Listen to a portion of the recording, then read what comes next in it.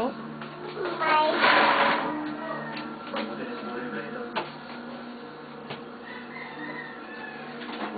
Good night. Naghiwalay na kayo? Good night, Tati. Tatago pa, oh. Pero parang apektado ka pa rin sa mga nangyayari. Wah!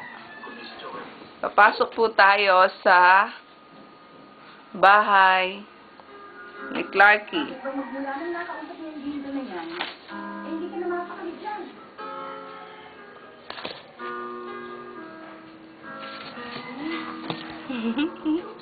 Tati!